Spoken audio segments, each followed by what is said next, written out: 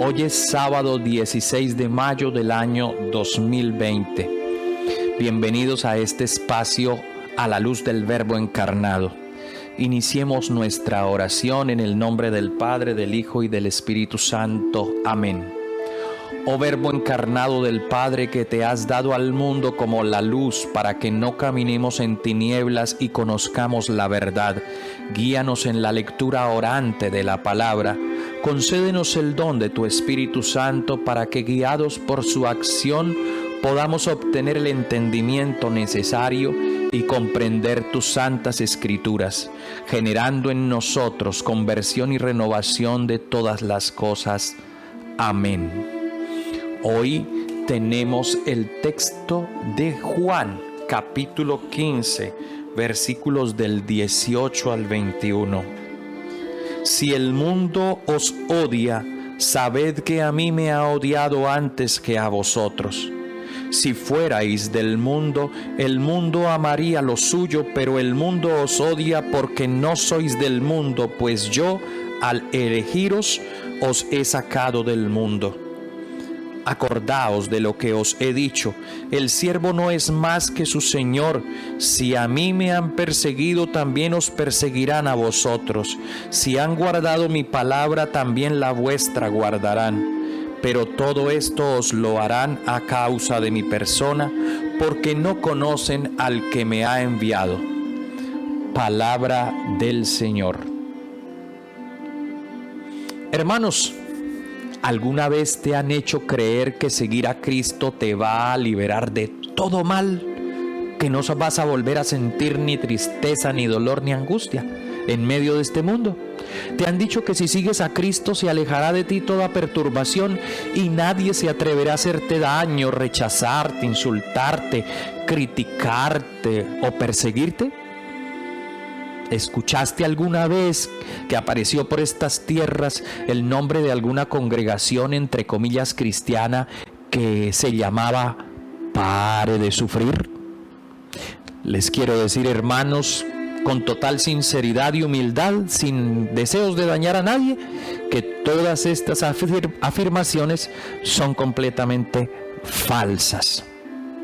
Porque por lo general nosotros los cristianos nos ganamos enemigos, incluso entre aquellos que se consideran de los nuestros, incluso entre nosotros mismos nos perseguimos, nos hacemos daño, nos señalamos.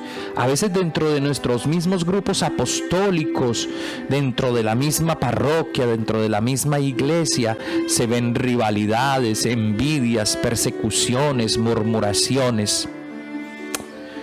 Y todo esto porque hay unos que siguen en el pecado y otros que viven conforme a la voluntad de Dios en la santidad. El odio hacia los discípulos de Jesús es porque no se dejan manipular de las mentiras, porque no se dejan envolver en el pecado, porque no se hacen partidarios de la deshonestidad, del asesinato, de la falsedad, del aborto, del consumo de drogas y de todas esas maldades que destruyen el alma y al ser humano. El odio hacia los discípulos de Jesús es porque no acepta la maldad.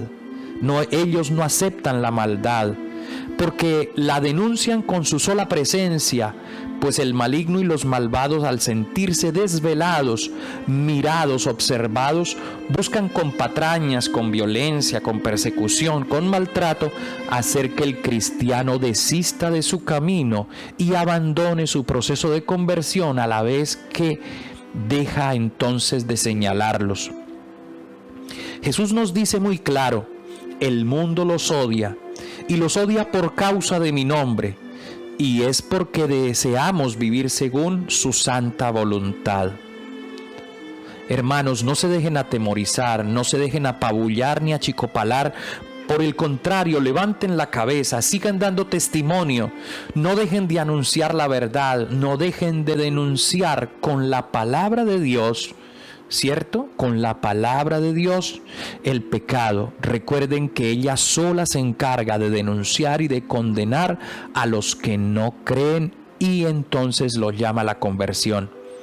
Los cristianos nos preocupamos a veces mucho porque nos critican, nos persiguen, porque hablan cosas terribles de nosotros, porque vemos en la iglesia tremendos escándalos por los malos testimonios tanto de los bautizados como de los mismos sacerdotes. Sin embargo, debemos entender que el mal, el pecado y el pecador que no quieren cambiar buscarán de cualquier manera sacudirse el peso de su conciencia, y lo hacen atacando a los santos y a los servidores del Señor.